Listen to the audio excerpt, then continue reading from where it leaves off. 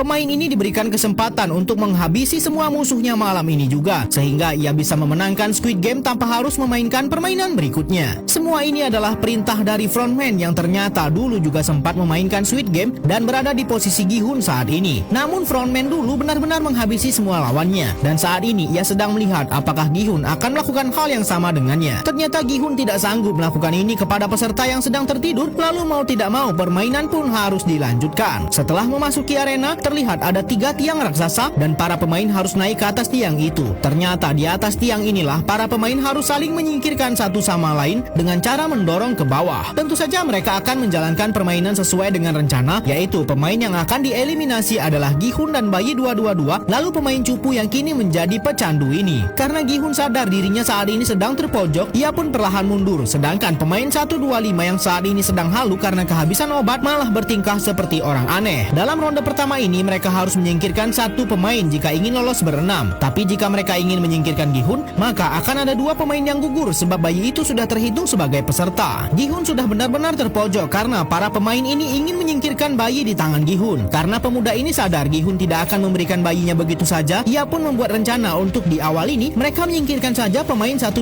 si pecandu yang saat ini sedang halu. Dalam satu ronde mereka hanya bisa menyingkirkan 1 orang jika ingin selamat berenam, dan sudah diputuskan dalam ronde pertama bahwa pemain 125 yang akan mereka jatuhkan. Tanpa pikir panjang mereka pun langsung mendorong pemain 125 ini yang saat ini kondisi mentalnya sudah sangat hancur efek dari obat terlarang. 1 pemain pun berhasil mereka singkirkan dan mereka boleh lanjut ke ronde berikutnya dan pindah ke tiang segitiga di sebelah mereka. Gi-hun saat ini tidak ada sekutu dan ia hanya sendiri berusaha melindungi bayi yang ada di genggamannya. Tapi karena para peserta ini ingin lolos berenam, mereka harus mencari cara memisahkan Gi-hun dan bayinya. Sebab di ronde ini mereka hanya perlu dan harus menyingkirkan 1 pemain. Tentu saja tidak akan semudah itu memisahkan Gi-hun dengan bayi yang sudah akan ia lindungi dengan cara apapun itu. Mereka berusaha membujuk Gi-hun untuk menyerahkan saja bayinya dan mereka akan menjatuhkannya ke bawah.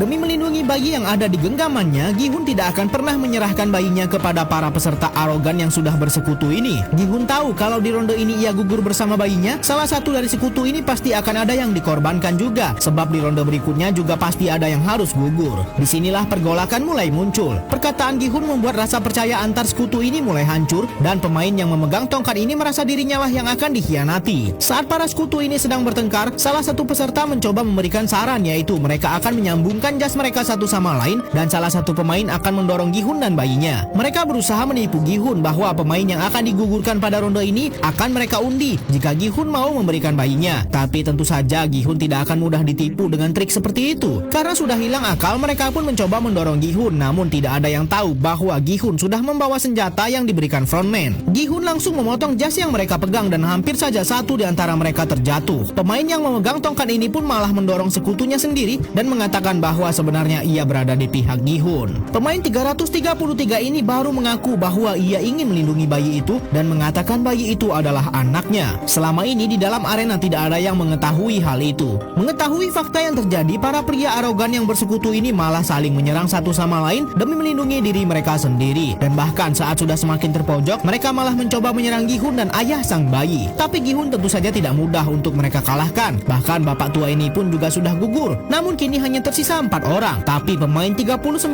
ini malah ingin menyerah dan menjatuhkan dirinya sendiri, sehingga kini hanya tersisa Gi-hun, Bayi 222 dan ayah bayi itu. Sedangkan masih ada ronde berikutnya. Namun saat akan masuk ke ronde berikutnya, pemain 333 ini malah meminta Gi-hun untuk menyerahkan bayinya karena ia tak percaya bahwa Gi-hun benar-benar ingin merawat bayi itu. Perkataan ayah sang bayi sudah semakin ngelantur karena mengira Gi-hun sudah berselingkuh dengan pacarnya. Gi-hun pun juga tidak percaya dengan pemuda ini bahwa ia juga benar-benar ingin merawat bayinya itu. Gi-hun yakin bahwa pemain 333 ini akan mengorbankan bayinya sendiri demi hadiah uang yang akan didapatkannya. Karena sudah muak mendengar perkataan pemuda ini, Gi-hun meletakkan bayinya dan melangkah mundur. Ternyata Gi-hun sudah punya rencana lain. Ia mengambil pisau miliknya yang tertancap di pemain yang sudah gugur. Lalu saat waktu untuk menyeberang sudah akan habis, Gi-hun langsung berlari ke arah pemain 333 ini dan menyerangnya. Tombol untuk memulai ronde sudah muncul, tapi tidak ada di antara mereka yang menekannya. Bahkan pemain 333 ini malah mengancam akan membuang bayinya jika Gi-hun terus mendekat. Pemuda ini mengancam akan menjatuhkan bayinya jika Gi-hun terus mendekat dan menyerangnya. Gi-hun mencoba menenangkannya, namun pemuda ini sama sekali tidak mau mendengarkan sampai Gi-hun harus mundur dan mengalah. Barulah pemuda ini meletakkan bayinya, tapi bukannya menyerah, pemain 333 ini malah menyerang Gi-hun. Mereka berdua terlibat pertengkaran hebat dan karena Gi-hun sudah sangat kesal, Gi-hun tidak menahan diri lagi sampai mereka berdua hampir saja terjatuh bersama dan untunglah Gi-hun masih bisa berpegangan pada besi di ujung arena.